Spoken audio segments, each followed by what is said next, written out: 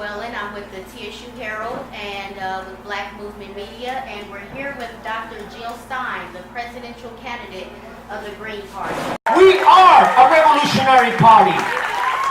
And in order to lead a revolutionary party, and for us to be a revolutionary party, we have got to build it from the bottom up, and we need every single one of you to take ownership of this party.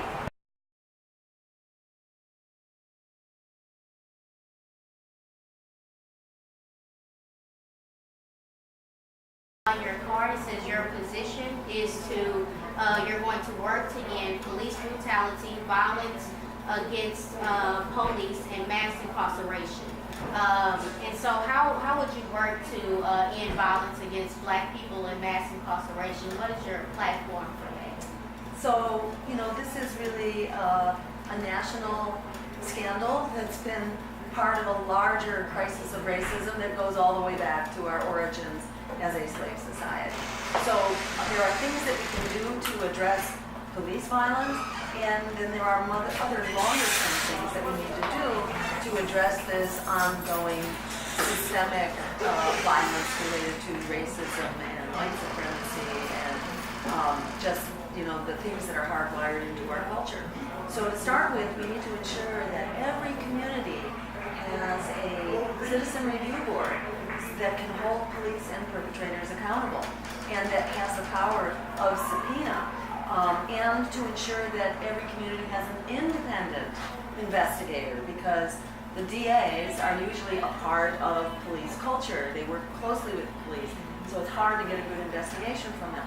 So we need independent investigators so that every death at the hands of police is routinely investigated. Every family is owed that explanation. Every victim is owed that justice. We also call for ending the militarization of police and this recycling of military equipment into our police forces, changing the character of police so that the focus is on de-escalation rather than this broken windows policing, which is all about confrontation. It's all about aggressively pursuing people for trivial lifestyle issues and making crimes out of them, and terrorizing communities. We need to ensure that communities are in control of their police instead of having police in control of the communities, which is the way it works in too many breath and brown communities. For the longer term, we need to address the underlying crisis of racism, which is part of our economy, the high double rates of unemployment, low wages, incredible educational disparities that have real life impacts. We know that if you grow up without a decent school system, not only does it affect your income and your economic security, your lifespan actually is reduced by 7 years if you don't have an adequate school system. And that's compounded by loss of 7 years just for living while Black, just the racial disparities built into life and healthcare and health have an enormous impact. Some of that may be because of environmental racism, because of the lack of healthy food deserts, the location of toxic waste sites and coal plants and all the rest, and incinerators in communities of color. So this has to be addressed at every level. We call actually for a national action plan for racial justice now to ensure that we end segregation of our housing, that schools are properly funded, that healthcare access is ensured for communities of color, etc. We also call for a Truth and Reconciliation Commission. Because a lot of people are walking around in a bubble. That is, a lot of majoritarian white people are walking around with the sense that, we're in a post-racial environment, we have a Black president. But that's not the case. I mean, not at all, as you know. And so what we hope to do is engage a true, deep conversation at the community level that brings us together across the divisions of race and class and culture and religion and all that.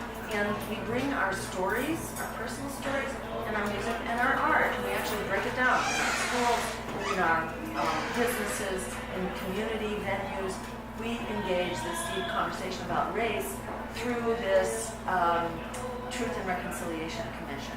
And in addition, we call for reparations, so as part of this process, so we can heal this wound. It's not like slavery ended; it just kind of transformed, into lynchings, and then Jim Crow, and then segregation, and redlining, and the drug wars, and mass incarceration, and then police violence.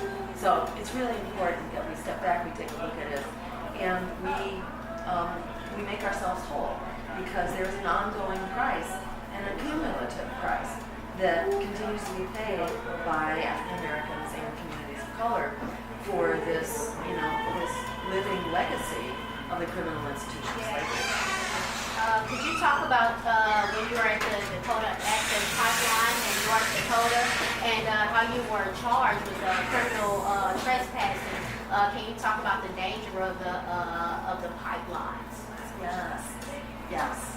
So the indigenous leaders are not just standing up for their human rights, their sacred sites, their water supply, and their climate, but actually for us all, because all of our human rights are being threatened now. Injustice anywhere is a threat to justice everywhere, as Martin Luther King said. Yes. And, the water supply for them is also the water supply for 17 million people downstream, and fracking and fossil fuels are threatening our water supplies all over the place, including right here in Texas. And they're standing up to protect the climate. So we say not one more pipeline, actually. It's time to be taking down pipelines, disassembling them, not establishing new pipelines.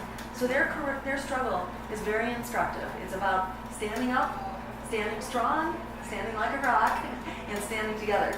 And that's what we all need to be doing right now, and insisting that we are coming together for humanity and Mother Earth, and we have one future as one people on one planet. I would like you also to give a shout out to my brother GP Jones, and he's a great big supporter of you. Well, hey GP, thank you so much for being on the team.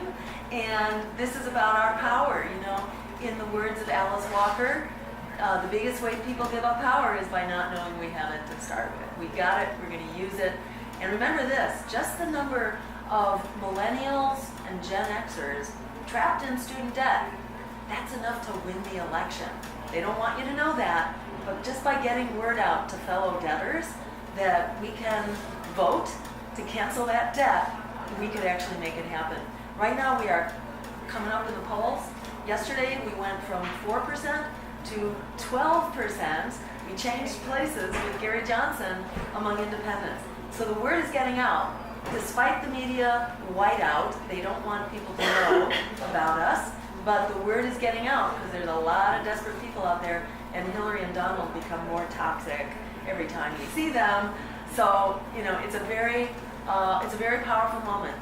And don't for a minute accept this propaganda that they give us to say that we're irrelevant. We're not irrelevant. We really are the driving force. We are the power.